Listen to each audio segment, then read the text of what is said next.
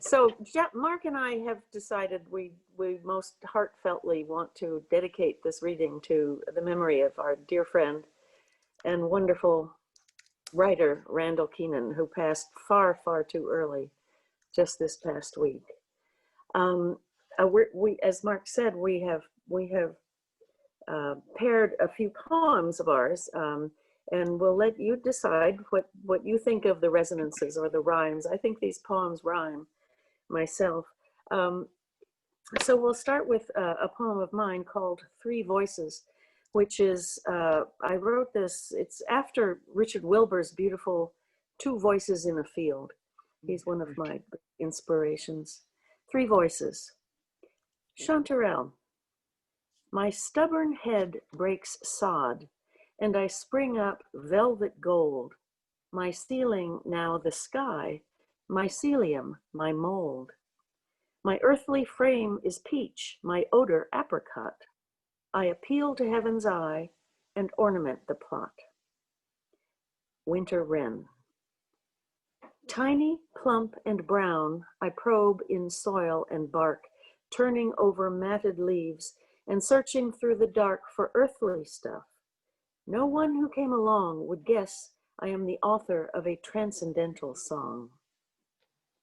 Vole. I dream a brilliant dream of roots and fruits and such. I sister to the soil and feather at her touch.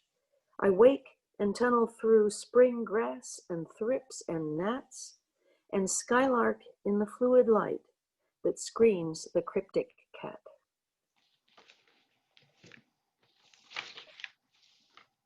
My cat has brought me far too many voles. That's yes. one of the inspirations. Outdoor cat. Yes. I feel quite humbled to be reading with one of the best poets of the natural world who's living among us, especially when it comes to birds. And one of the things that we agreed on that we would try to find poems about birds, and I can hardly keep up, but I'm going to read a poem about a bird. This is about the white-throated sparrow.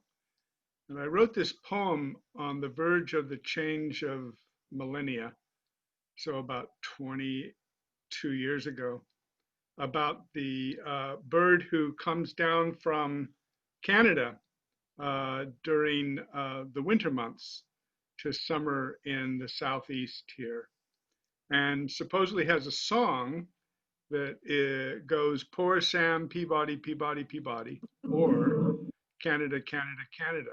Apparently, recently, it's been noticed that the young white-throated sparrows have dropped a syllable from their song. This is called Old Acquaintance. White-throated sparrow, the century is beginning. The years ahead are waiting like white seeds. History is your silvery evening call, whistling the name of another place you love as you return, then go back into hiding, the browns and brights of winter in your feathers. Small migrator, we watch as you ignore history altogether, all that is not seeds, in sync with seasons but not any event that stops a human being with a thought, though this event has stopped me. Your wings flex like shadows of the ice cap and the leaves. You are as you have always been, we hope. If one of us moves too quickly, you depart. You travel in neat kin groups over latitudes. You prefer to eat the seeds spread on the ground. The centuries have changed. There are new numbers. We are counting on many things, including you. I realized after I wrote this poem and put it in a book that there was kind of a guilt trip to put on a little bird. We're counting on many things, including you. But there it is. We were waiting for it. And he still comes. They still come in the fall and depart in the spring. Yeah. The wallpaper sound in my home in Maine used to be the white-throated sparrow. They're declining in numbers Yeah. greatly, as are almost all passerines, which Yes. is very sad. But I love that poem, Mark. It's one Yes. of my favorite birds. Fata Morgana. Fata Morgana is a term that is equivalent to the word illusion. This is a Florida poem. This morning, winter sun pours through dark oaks on the avenue, bright, clean, and rich, and the soul soars, and the body feels every cell is about to break through illusion and disperse into pure shine. Yes. That gorgeous gem is going to be followed by something that will seem like a long prose annotation. Oh, The poem I'm about to read, we both have references to mirages in it. This is called The Worry Bird, and both of my sisters are watching. One of them will remember this little object that was put in our bedroom by our parents, which is a very strange object. It was an object that was supposed to be, through a kind of sympathetic magic, take our problems from us. This is the worry bird. God was an idea before God was an image. And yet there are things like the worry bird that stay with us through life and intercede with an old darkness, filling an old need.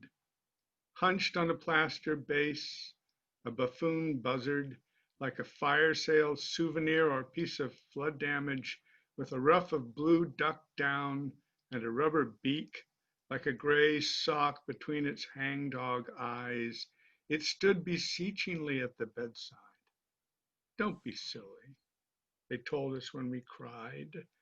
Give your worries to the worry bird.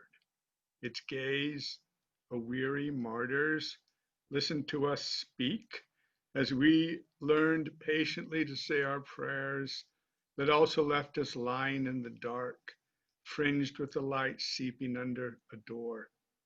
Though childhood turns abstract as we get older, the worry bird remains with its wry look and slumped winged shoulders sagging with old cares. The half hour they were late home from their party, the lies told at school accumulating, the broken heirloom hidden in a drawer, all things we don't think of much anymore, replaced by the grown world's escalating nightmares about career, money, duty. The worry bird was meant to make us smile, as they smiled at our miniature infernos. We know now they were right. And in their beds, as we now know, since we've seen inside their heads, they had no silly icon for their troubles, only an idea, if at all.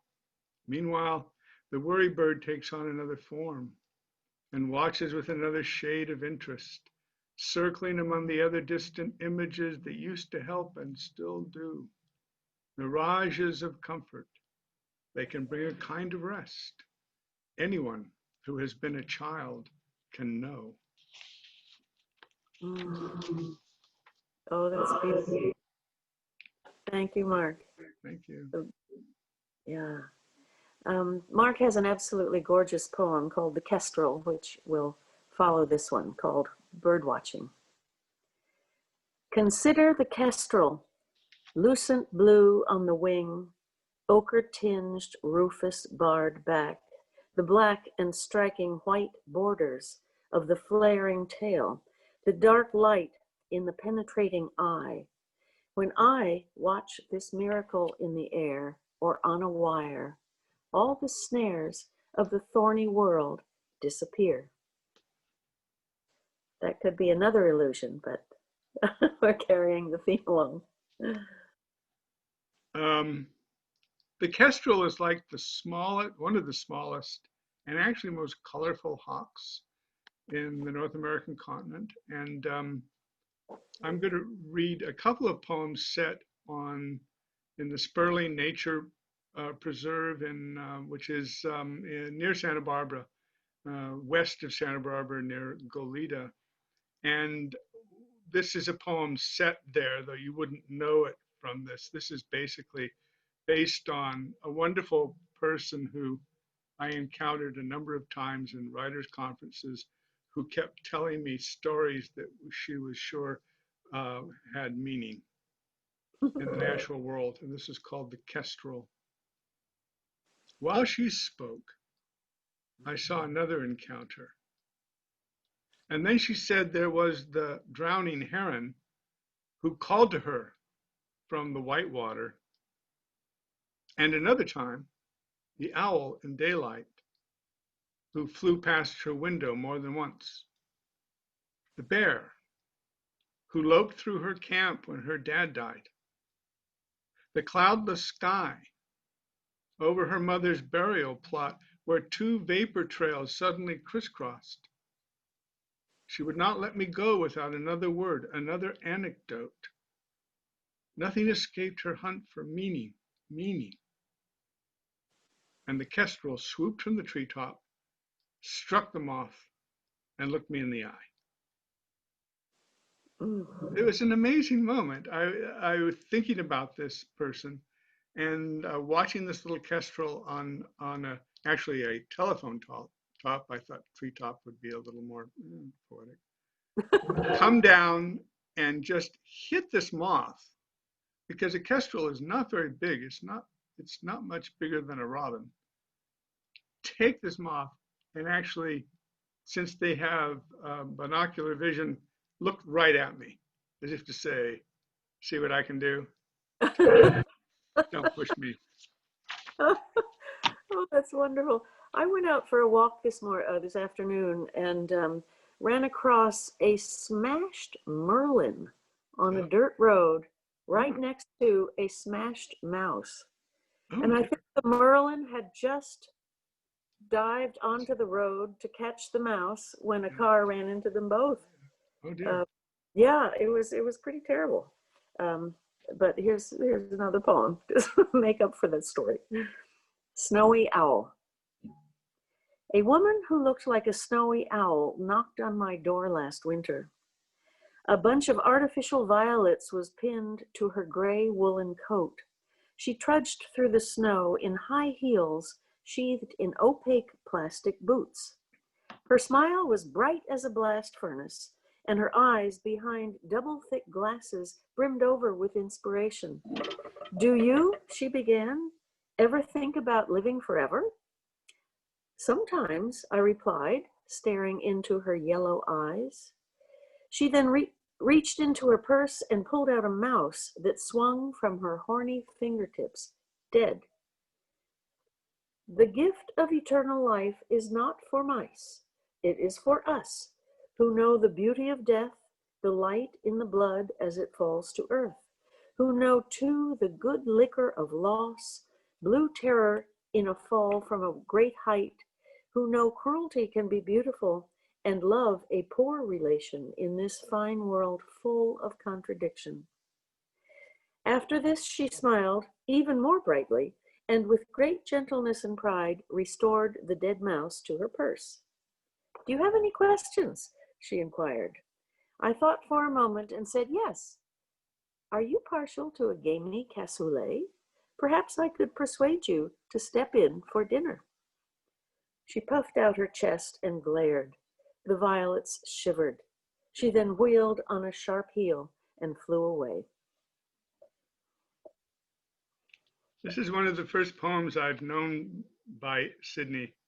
And since I grew up in a tradition where witnessing was important, I immediately felt as if I knew what was going on at this moment, where say the Jehovah's Witness comes to your door or some other person.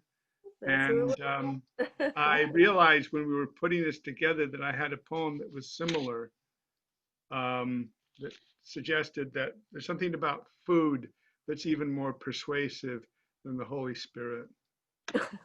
So this poem is set in a little Italian hill town where my wife Amy and I lived 40 years ago. There are 3 Italian phrases in here. You will hear them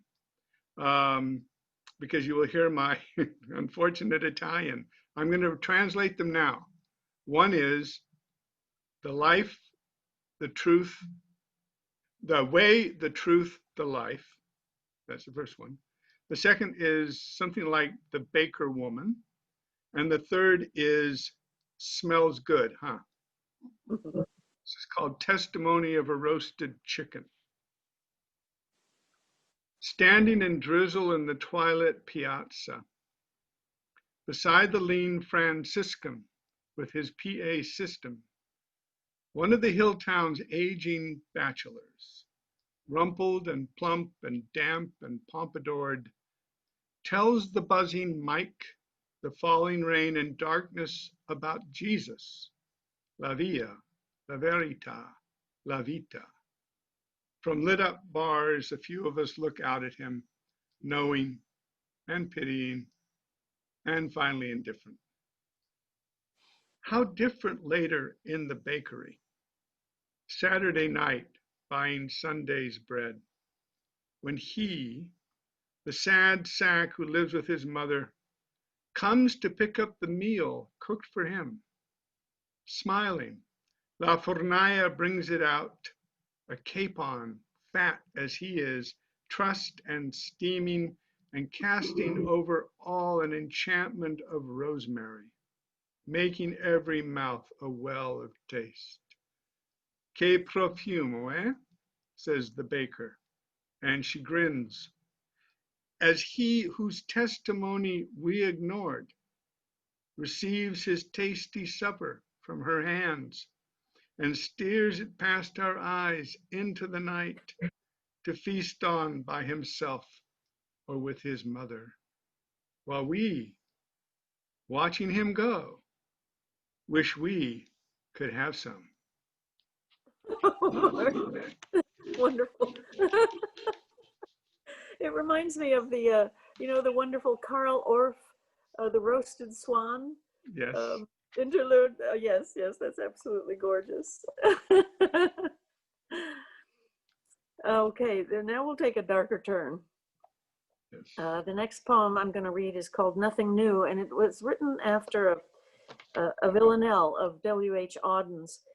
I have never in my life been able to write a villanelle, but I think I managed with this one, with the help of Auden's. The final words of his villanelle are what guided me. So this is called Nothing New. There's nothing we can do about the lunatic, and so we watch and wait and share our fears. The poor will always pay. This too shall pass, we tell ourselves, but we don't really know. Disaster makes good headlines, so he ratchets up the show. The billionaires enrich themselves in all the games they play. There's nothing we can do about the lunatic, and so we buy new things and throw them out and buy some more, although our bodies can't seem to understand what spirit has to say. This too shall pass, we tell ourselves, but we don't really know. Helpless children die in prisons, and the filthy, rich winds blow away the soil, the fields, the springs. Great Mother grieves, decays. There's nothing we can do about the lunatic. And so corruption feeds on ruined land, the garbage mountains grow. The magnates cheer and assure themselves they're digging in to stay. This too shall pass, we tell ourselves, but we don't really know. Will justice, will rivers disappear for good? Will violence go for the vulnerable throat of the sacred living way? There's nothing we can do about the lunatic, and so this too shall pass, we tell ourselves, but we don't really know.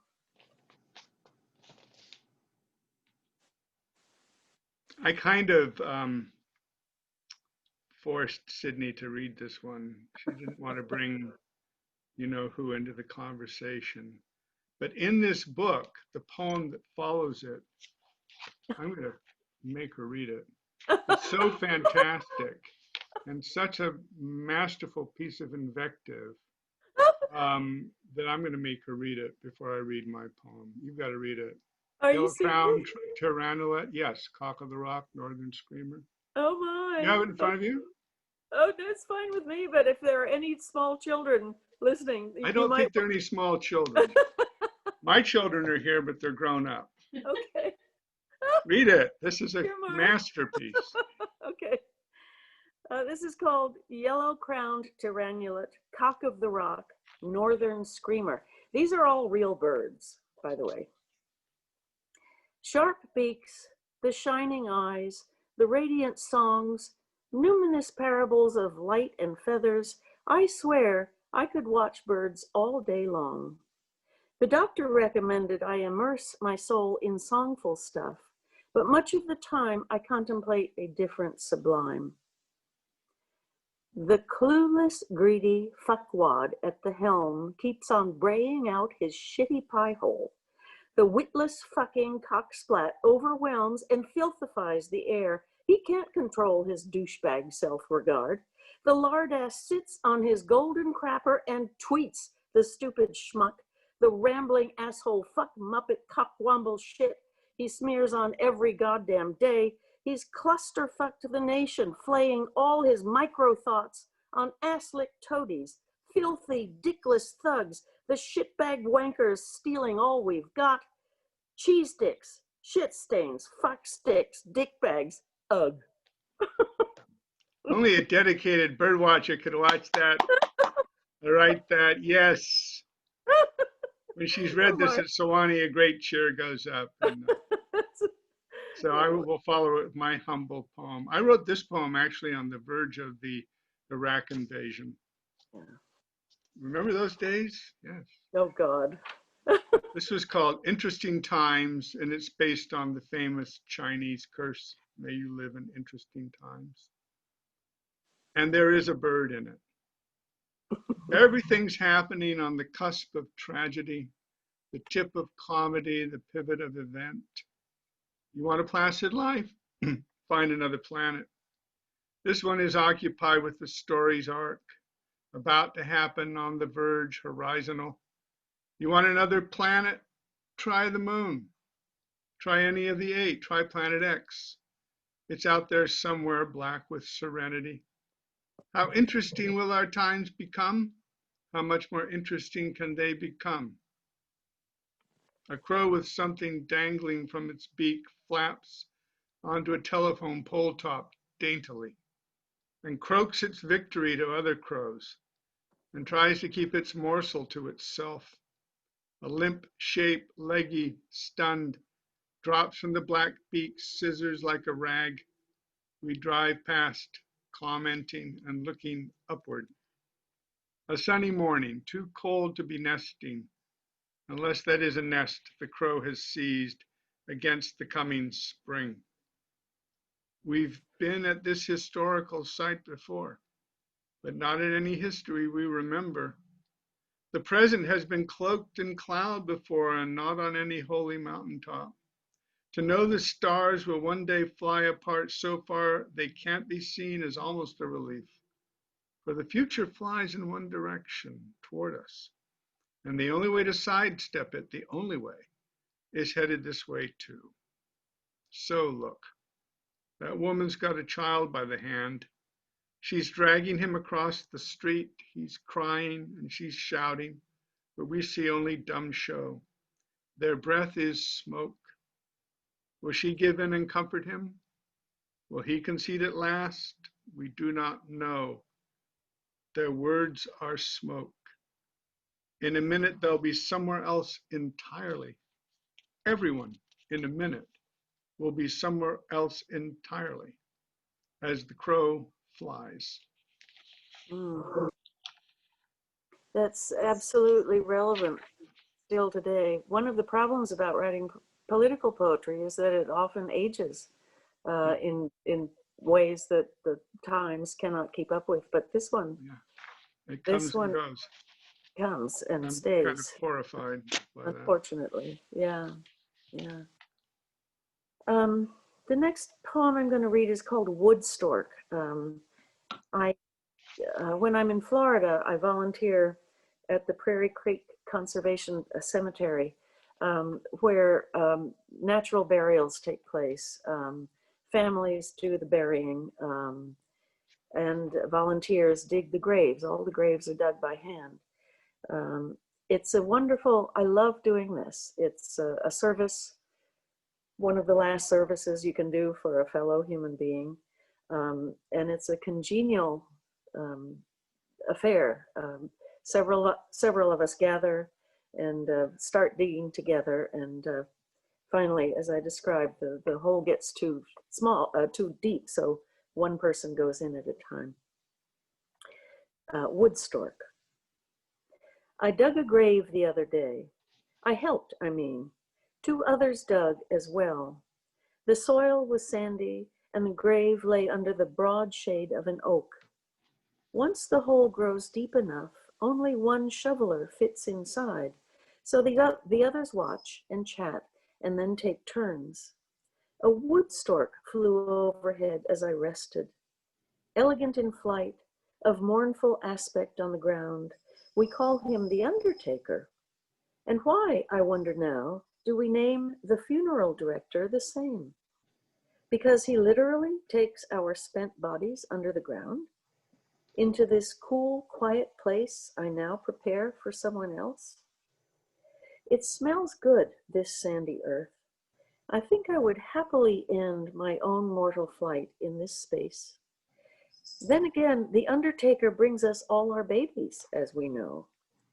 And many believe the stork flies human souls to their hereafters. When I lie down in my final field, I hope this genial spirit will accompany me on my journey as crickets sing night after night their eternal million-voiced round. There's more than one poem about her involvement with this natural graveyard. It sounds so appealing. It's But then you have wonderful. to think about dying. Yes, And there's that. there's that, but this is like a way of, involving yourself in that memento mori process. I think it's amazing. I we put these 2 poems together, that poem and this poem. This poem is called As Close as Breathing, and it is based on 2 things. One, something ascribed to the Delphic oracle that says, called or not called, God is present. Apparently, Carl Jung, the great psychoanalyst, had this engraved on the lintel over his door. The title, though, As Close as Breathing, is, I'm pretty sure, from the liturgy in the in Reform Judaism, in which God is described as distant as starlight and as close as breathing. Mm. So this is simply takes place where most of my poems take place, in my backyard or front yard. The flicker doesn't know his call's not needed, but he's not calling God. He lifts his beak to show his black bib as the females chuckle off in the oaks somewhere. They hear him all right. The metal gutters make a fine percussion. If God is present, why then aren't we talking? The sugar water feeder stews in the sunshine. The mud daubers fall asleep there, suckling. The hummingbirds blur past. Last summer, one came with a ruby wart on his neck, an imperfection that was almost perfect. Does God assume our silence is a call? If I write down the day I see the first swift, never the same day, but always April, it's not a prayer, though it may count as one. They like grade schools, where one cold chimney stands, an obelisk in a cloud of darting hieroglyphs. Words, too, can be as close as breathing. A spider's dragline glinting like a thought trolls through depths of shade and morning light. The hemlock limbs bob as if at anchor, and a pair of downy woodpeckers swoops up to the seed bell at my study window. Everything answers. Everything says back, I am present too. Mm. Everything answers. That's beautiful. Um, Birding at the Hamilton County Phosphate Mine. This wonderful group that I learned, I basically learned everything I know about birds from the Alachua County Audubon Society, offer trips throughout the neighborhood. And we often go into neighboring counties. And this is one of the regular trips. And it's the weirdest place to go birding because it's a poisonous atmosphere. It's, you know, the land is just destroyed, but there are these settling pools that attract thousands and thousands of birds, and it's just utterly befuddling. And so this is a poem about that. Birding at the Hamilton County Phosphate Mines. The plunder of the vast pine woods has sundered Earth's live crust from rock. The earth has been stripped and flayed, and great white mounds of chalky phosphogypsum loom, giant poisonous breasts, over milky waste clay ponds. Here, thousands and thousands of birds perch and swim, dabble, soar, and dive.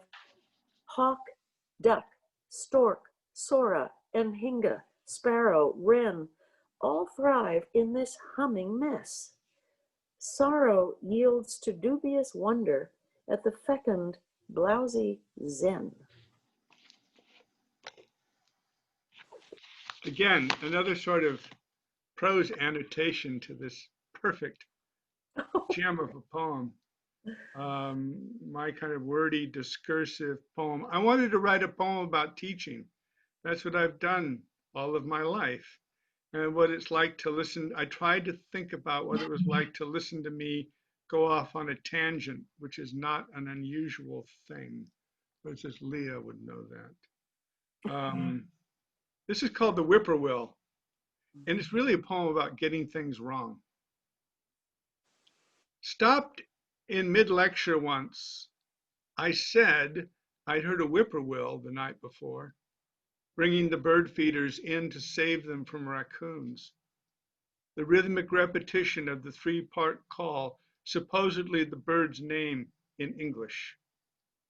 Talking about a poem I didn't fully understand, but thought I fully understood, just at the moment when I was going to share my ignorance once again, I interrupted myself with this announcement. Electrifying, I said.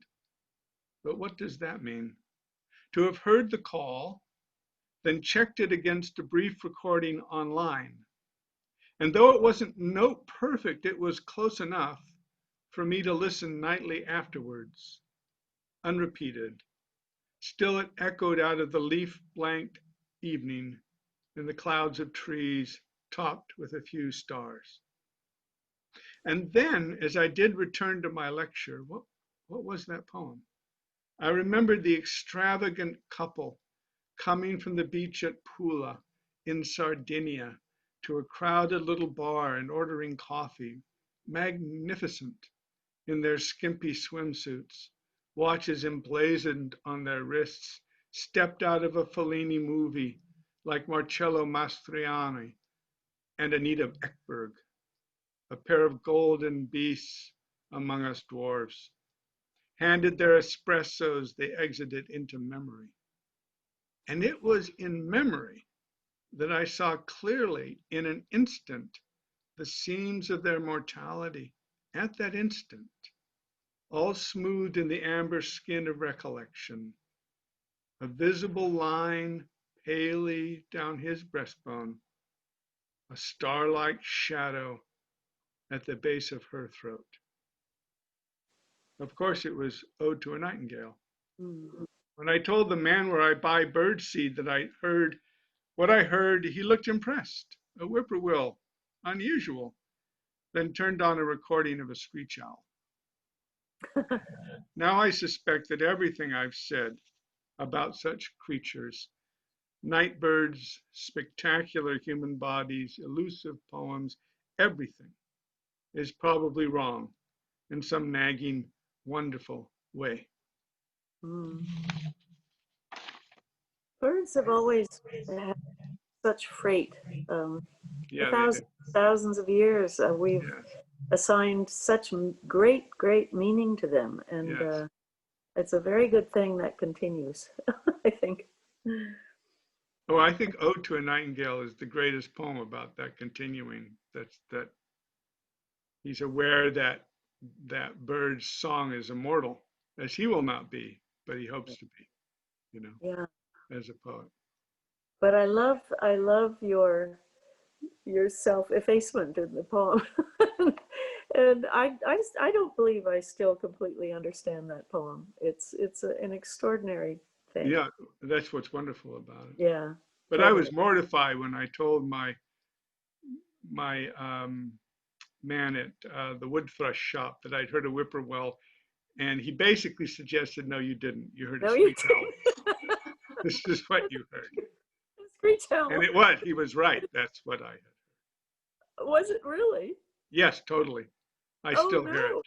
I Oh, still for hear it. goodness sake. Yeah, we have a barred owl and a screech owl Yeah. right out our back door, often every night. This time of year. Oh, that's wonderful. You're very lucky. Okay, another group birding poem, if you will. The Alachua County birders often go to the Hague Dairy, which is a huge dairy. It's smelly. The farm machinery is clanking all the time. It's incredibly noisy, and the birds absolutely love it there. So that's where birders go to see them. Birding at the dairy. We're searching for the single yellow-headed blackbird we've heard commingles with thousands of starlings and brown-headed cowbirds when the many-headed body arises and undulates, a sudden congress of wings in a maneuvering wave that veers and wheels, a fleet and schooling swarm in synchronous alarm, a bloom radiating in ribbons, in sheets, in waterfall, a murmuration of birds that turns liquid in air, that whooshes like waves on the shore, or the breath of a great seething prayer. Wonderful. You all probably can't see these poems by Sidney on the page, but they're quite elegant and spare. And this one's in couplets. And they have a feeling that you are actually, for me, inside the flight and body of a bird, the where they are created. They seem to be completely organically of a piece with what she's talking about. Um, I'm going to read a little short poem that has to do with this place we were lucky enough, Amy and I, to live in over 10 years ago now, 12 years, um, near the Sperling Nature Preserve. Uh, Part of it was called the Elwood Mesa. And one day we were walking there and I noticed that overcast, it was an overcast kind of, wasn't June gloom. This is in California near Santa Barbara, but it was overcast and the hawks were hunting. And I realized overcast was perfect for hawks because they cast no shadows. This is called Overcast on Elwood Mesa. Hawks like it. Wings cast no shadow, hovering. And white-crowned sparrows are easier to pick out among the foxtails, scurrying like mice. Under the gray cloud cover, bluebirds course like running water through the fennel stalks. And the shrike, color of the sky, keeps watch from the barbed wire of the startling green golf course. I wanted to put that shrike at the end of the poem, you know, and color of the sky keeps watch, keeping watch, and the barbed wire, the starling green golf course, the shrike. Something like Ted Hughes would do. But to me, the startling thing was that there was a golf course right there with a shrike perched on it. Now, a shrike is not hunting for these other birds. He's hunting for beetles and bugs. But the hawks were hunting, and the small birds among the brush around us were just frantic because they knew they were up there. There was more than one. Yeah, yeah. No, this golf course, wonder. What a beautiful, Yeah, complete, there it was. complete misdirection and Oh, absolute joy. It was beautiful. um, this poem is about sandhill cranes. I don't know if you've ever seen any, but they're huge birds. They stand about 4 feet high. And at one point, a couple of them on one of our bird walks, they flew down very close to where we were. So it was pretty wonderful. It's called Eye. The pair fanned out of the air and landed 4 feet from our feet. They chattered to each other in their woody spoke-like language as we stood still on the dike and admired their gray height, their orange eyes. I stared and compared my eye to theirs, my tall pyre of polite vanities to their bright unhumanity, my human sight to their split fields of vision, fields of stubble, all much smaller than they used to be, as all can see, since we continually strip, shear, fleece, and skin, leaving little but rubble for them to forage in. Then they eased their forms from the diminishing frame and slipped away, which is what all our birds are doing. That we've lost 3 million in the yes. past year. It's just horrifying. Yeah. This is the last poem I'm going to read, and then Sidney's going to read a poem. And I think then we're going to take questions. Is that right, Leah? Yeah. So this poem is about a discovery made about a place I lived as a child. As a child, I lived in Scotland in the linoleum factory town in what was called the Kingdom of Fife on the Firth of Forth, which was an estuary of the North Sea. And with the help of GPS and global Earth, I was able to take a look at this place from space, and I noticed what was in effect a little river running through the southwest part of the town. And I found out that indeed it had always, of course, run through there. It was called Teal Burn. Teal's an old Gaelic word, as I've understood, meaning torrent. This was hardly a torrent, but it rises below a town to the west of the town where I lived, a town called Auchtertool, which means above the torrent. And it's about finding out, I guess, that a place that is part of your imagination and part of your identity had a feature that you didn't know about, but was always there and continues to be there. This is called Teal Burn. A minor river rises in the west, a creek, a brook. It ambles to a sea no greater in its way than it, a burn, and finds its mouth where pebbles, sea coal, sticks roll out and in and dwell as lumps in mud. A spill of runoff from suburban farms and neighborhoods that see it as a ditch behind their alleyways it passes through. A dim phenomenon that catches light unseen within its cutting, a dun raveling where water birds trill canticles but only to each other, if at all, and sing of thirst and appetite and breeding there, a minor river running through their lives. And I'm surprised to learn through part of mine, the south end of a life I left far north and east through all these years, a quirk of landscape, which now I have seen from space on Google Earth. Yes, there, a pencil line of pallid shadow drawing east through country that pokes its pastoral nose into a sea I can neither feel nor picture anymore. Where the burn empties, mudflats fly their gulls, and I have read, a rare duck was once seen and noted by a birder years ago, years and years ago. To get used to that, I have to keep from saying it. To feel the time pass through as if it were my blood, I have to act as if I cannot feel it. To understand the distance, only 10 miles in length, the Burn's a very minor river, descending from a spring in Little Hills.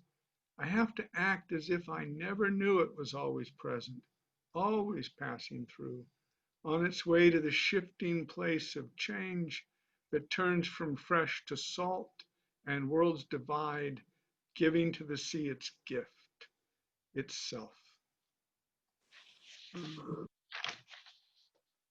That's absolutely gorgeous, Mark. Yeah. I love the landscape that you bring to us, and the generosity of that final line is just beautiful. It reminded me of my last poem that I'm reading tonight, which is also about landscape. I lived for 2 years in Turkey, and at one point I lived in Istanbul, and I drove from Istanbul to Assos, which is a tiny little town on the Aegean Sea, and it's the landscape is very dear to my heart. And Mark made me read this poem because of his beautiful landscape of Teal Burn. Driving to Assos. As the road drops down from the mountains west of Balıkesir and passes through Edremit, it turns floral, coastal, delicious. The countryside is olive-groved and gracious, the roadside lavishly dressed in sunflower, wild hollyhock, blue and martial thistle in windy light, and everywhere the radiant blood of poppies. The olive trees, tended and hacked as appears to be necessary, crouch venerable and gray in the stony old groves on the shore. Brown towns along the way are frilled in roof-high roses, and hollyhocks spill over sidewalks, and farther on a holiday village simmers in the heat under a mantle of dust. And here is Küçükkuyu, at the countryside's ragged edge, the hillsides far more bouldery than before. Now the road climbs the hill behind Bayramkale and reaches the top, and the sky opens out, the earth falls away beneath the feet, and far below, green-eyed Lesbos lazes in the hazy shimmer of the sea. High among the ruins above the shore, the air bristles in the thrill of lemon thyme and sage. I am quite alone, except for a herd of belled sheep tinking and bonging over the Roman road meandering up from the sea. Here, in the middle way, the sun spills in great sheets into the agora. A slight rustle betrays a snake gliding across the trail. It's mythical and still. This golden earthbound spirit observes me with quiet eyes and whips away through the brush, and a moment later flows back across the sun-stroked path. A liquid omen in which I rinse all the force of my manifold desires, and quite suddenly, the texture of the instant opens the frame. It saturates the borders, and the light of all that's possible burns through. Totally cool. What an elegant piece. It's just wonderful. These are little tercets, which you may not be able to see, that step down, and they seem to be perfect every step of the way. Wonderful. Thank you. Thank you, Mark. Your Thank beautiful you. words. Great. Let's congratulate ourselves. And are we going to take questions, Leah? Yeah. Oh, yes. Yes, you are. So, hi, everyone. I'm going to moderate the questions. Oh, Already Gwen. a couple of you. Yes. Gwen? Already a Okay. couple Hi, of you Gwen. Hi, Mark. Already a couple of you have asked questions in the comments, so I'm going to start with those. You're also welcome to ask the question yourself if you'd like. Just go ahead and use that little blue raise your hand feature that you should be able to see in the bottom of your screen, and then a little blue hand will go up in the participants section. So the first question that came in the chat was from Johanna Atkinson. It's this question for both Mark and Sidney. How do you revise your poems? I walk away from them finally. Yes. I would just say, take care of yourself. I'm done now. You No, have to that's a them. glib quit. Like, how did? No. You have to leave them for Yeah. at least 2 weeks. You write it, and you're thrilled with the poem. You think it's the best poem anybody ever wrote in Totally. the world, and then you put it in a drawer for 2 weeks, and then you go back to it and you think, I'm oh, totally embarrassed. well, Yeah. maybe there's a little work to be done here. No, you absolutely need the essential psychic distance from your baby, which I think that's right. Yeah. All right. I mean, I see a number of poets here. Isn't that your experience of writing poems? I see you, Amanda Abel, down there. Isn't that your experience of? It just, there comes a point where you just have to give up on it, or you Yeah. hope that it will live its life on its Mhm. own without you chasing around after it. I think I've written 2 poems that came out absolutely perfectly in my whole life. I've written Yeah, I was hundreds. too young to know to know better too when I did those. Yeah. No, but that hardly ever happens. When it happens, it's a true gift from the universe. But, yeah. All right. Well, so the next question is kind of a long one, and it's from Jackson Harwell, and he says, "My name is Jackson Harwell. I'm a junior here at Sewanee. Jackson, we're so happy you came. My question is for Dr. Hey, Jackson.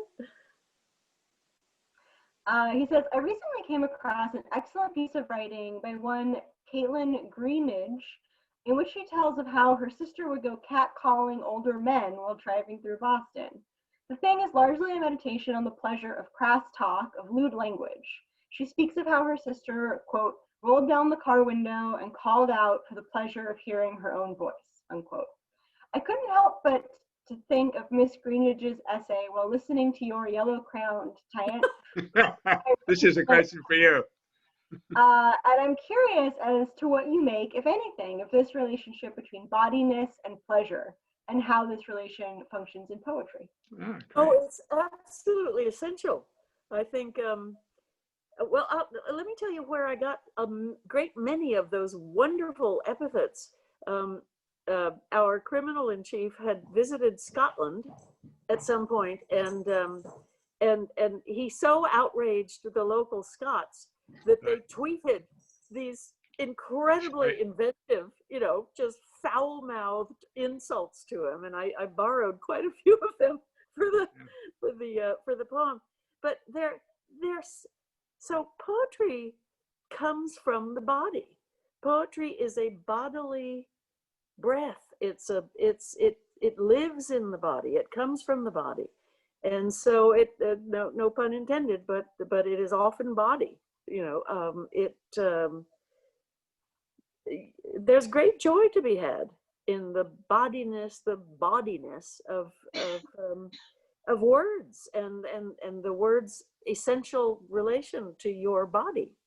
So yeah, I've always told my students that poetry begins way back in the shrouds of history that nobody has ever recorded. It began with the heartbeat, with the I am, da-dum, da-dum, da-dum. It's a very physical thing. So bodiness is perfectly acceptable and wonderful in a poem, I think. Yeah. Yeah. Thank you, Sydney. And thank you for that question. That was a great question, Jackson. Mhm. That was all the questions in the comments. Does anyone else want to leave a question in the comments, or, you know, give us a wave if you'd like to ask one in person?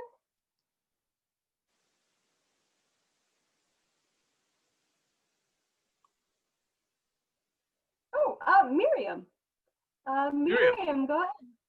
Yeah, hi. I'm just curious, Mark and Sidney, how you worked out if you went through each other's work and made notes of poems you especially liked. How did you figure out this program? I think someone said, and I don't think it was Sydney, and I don't think it was me. I'm going to say it was Leah, that we should read our poems about birds. I mean, Sydney has a whole book called The Bird Book, which I think is just a miracle. And I have always written about birds over the years. And so I started by giving Sydney a list of my best bird poems. And then she came back and she said, well, here are the poems I'm thinking of, but I would like to see our poems go together. And so we started thinking that way. I think that's what we did. And I proposed, first of all, that we read alternately, not one half for Sydney, one half for me. Read alternately, and perhaps we pair these poems. And then she came back and said, well, these are the poems that I think might go best together. So that's sort of how we did it. Although that I meant to surprise her with the one poem that I think was, you know, Alyssa did the best question of the evening so far. Where body language come from? I knew I was going to do that. Oh my. That was Sydney who said, Sydney, I think I said, would you want to read with Mark? And Sydney said, oh, I think we could. I think she said something about you could have a sort of poem off of bird poems. But yeah, right. I think that's how it. Yeah, it's how it began. Yeah. Yeah, it was really. I put this in the chat. But it's a lovely silver lining to the fact that we can't be together in person. To be able to do an event like this, you can. Where you can set up the program like that.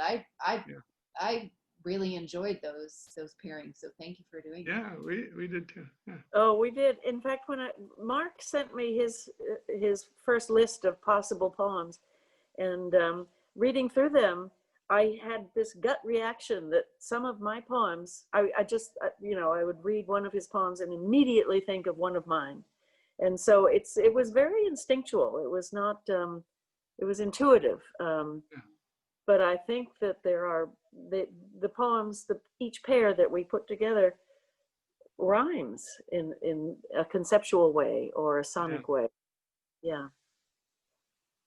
I just love the fact that Mark is a birder and open and so appreciative of the astounding beauty of the birds. And for the last 2 years at Sewanee, we have led a little bird walk with the help of, you know, Jim Peters. Yes. Quite a birder too. Yeah. It's something that I miss. We would have done it, you know. It's a wonderful tradition. Yeah. I think Bob Haas helped on one of them as well. Yes, he did. Yeah. And he knows the Western birds. So he does. Yeah. Well, here we have a few more questions in the comments. So this is a short one from Ed Derby. Do you have a favorite anthology of bird poems? Well, there is an anthology of bird poems that Billy Collins and George Green put together a couple of years ago, but I don't remember what it's called. I think it's called the Anthology of Bird Poems.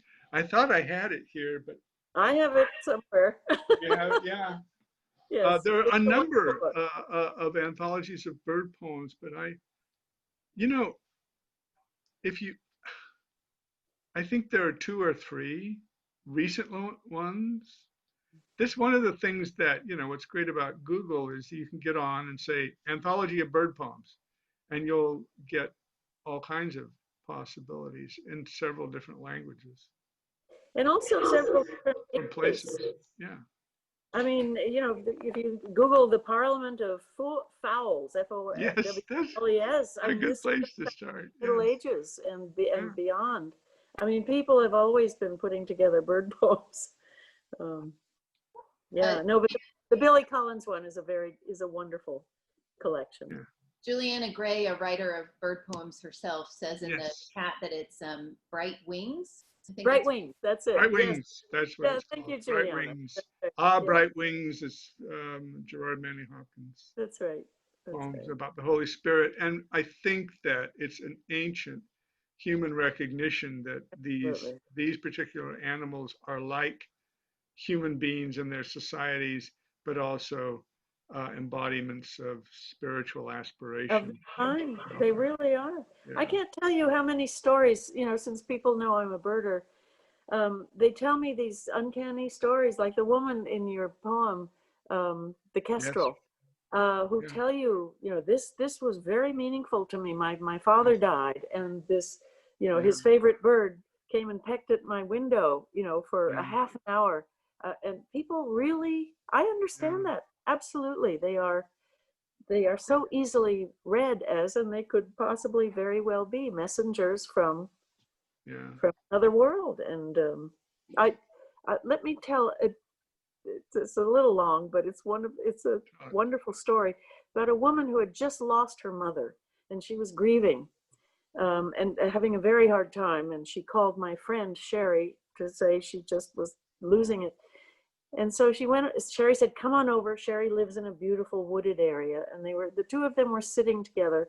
And a bird came down on the back of Yvonne's, the grieving person's chair. And Sherry said, don't move, there's a bird on your chair. The bird hopped onto Yvonne's head and started picking at her hair and actually took some hair with her. Birds often use human hair in nests. Yeah. And it was a titmouse. And Oh, really? yeah, the women were just stunned. And the bird came back twice to Yvonne's head and picked out her hair. And Yvonne burst out in laughter and tears. And she said, when Eric and I, that's her brother, were young, we called our mother, because she had such small breasts, we used to call her Mousy Tits. Not to Mom, waste. yes. Well, Mom is reminding you of that. Too good. Boy, what would that must be in the psychopathology of everyday life somewhere. That's right. That's perfect. But here comes a titmouse. So my own thought about is that birds are ever present if you're lucky to live in a place where there are birds. And when you have significant moments in your life, you realize that this parallel life has been going on all of the absolutely. time. And you begin to see that. I have a friend who's a wonderful poet named Emily Grossholtz, who has a poem about the fact that birds appear not to be part of history.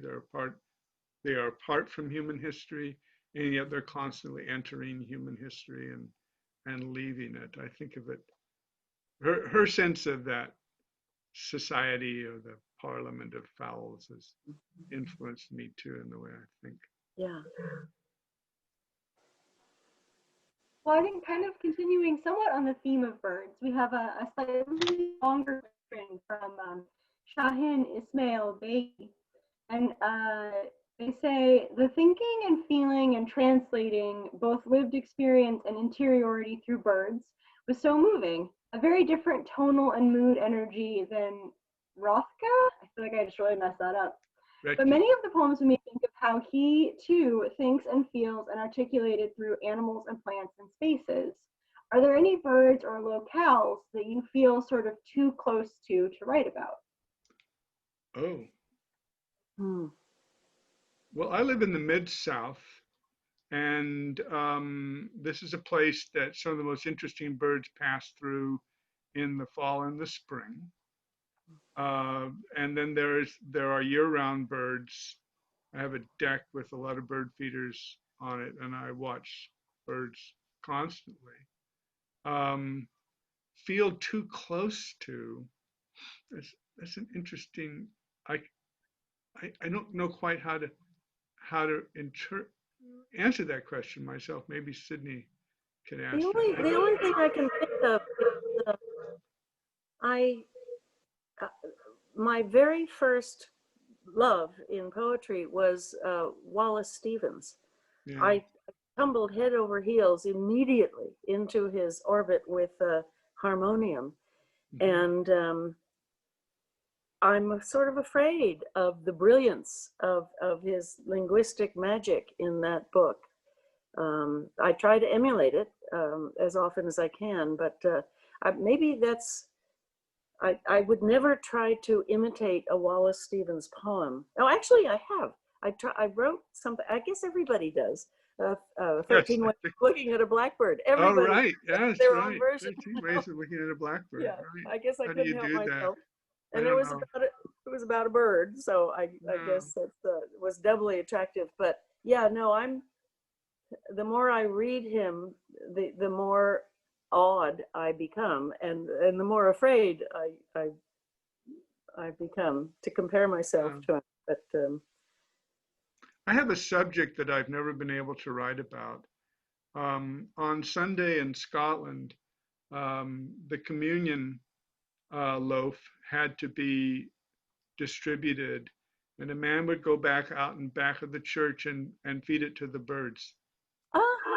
And I've never been able to write about that. I give you Mark. that subject, but I've never been able to do it.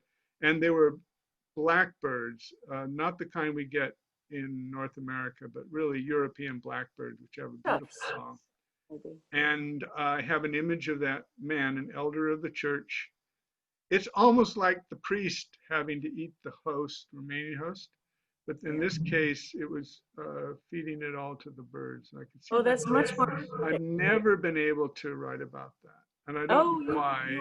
You have to. I can talk about it, but I've never been able to write about it. If that answers the question that was asked.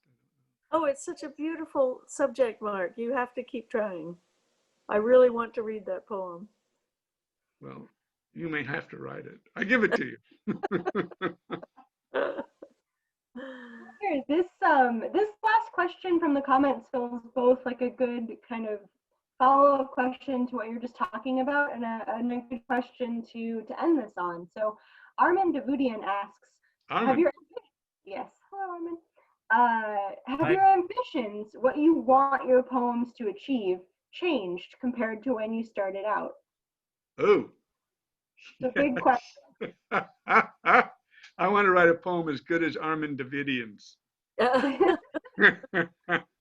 He's a wonderful, wonderful poet. Gosh. Oh, gosh. How do you answer that? I can answer it pretty readily. I've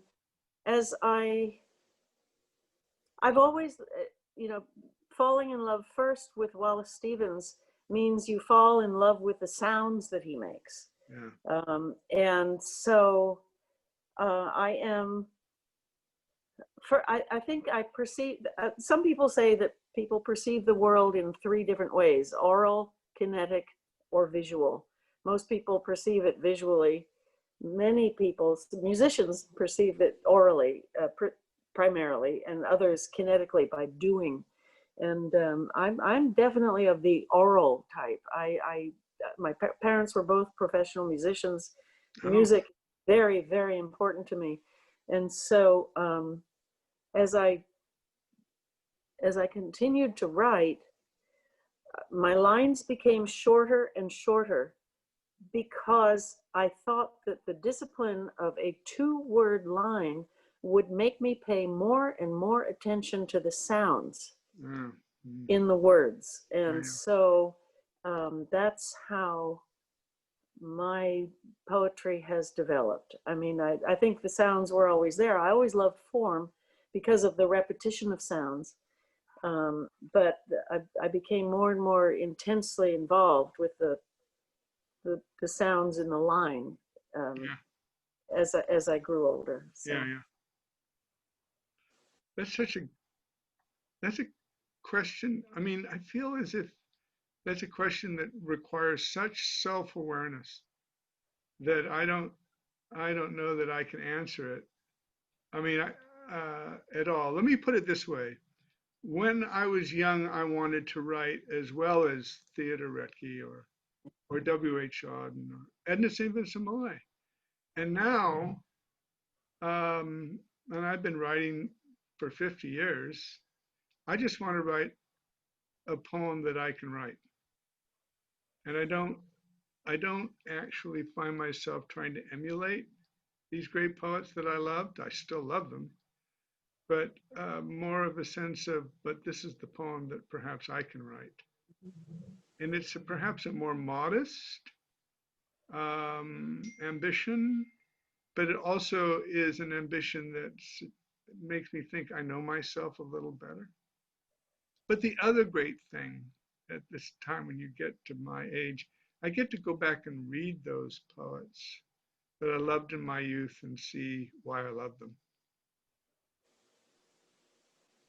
I can't really think of a better way to end this reading. That was wonderful. Thank you so much. Thank Thank you all. Thank you so Thank much. you That for was Thanks. really wonderful. joining. That was just Yeah. really, Julia. and Thanks, so good. Adam. Everybody. Thanks everybody for coming. Members of my Zoe, Claire, Sharon, Wyatt. Katie, thank you And for Wyatt, coming. Wyatt. Gwen.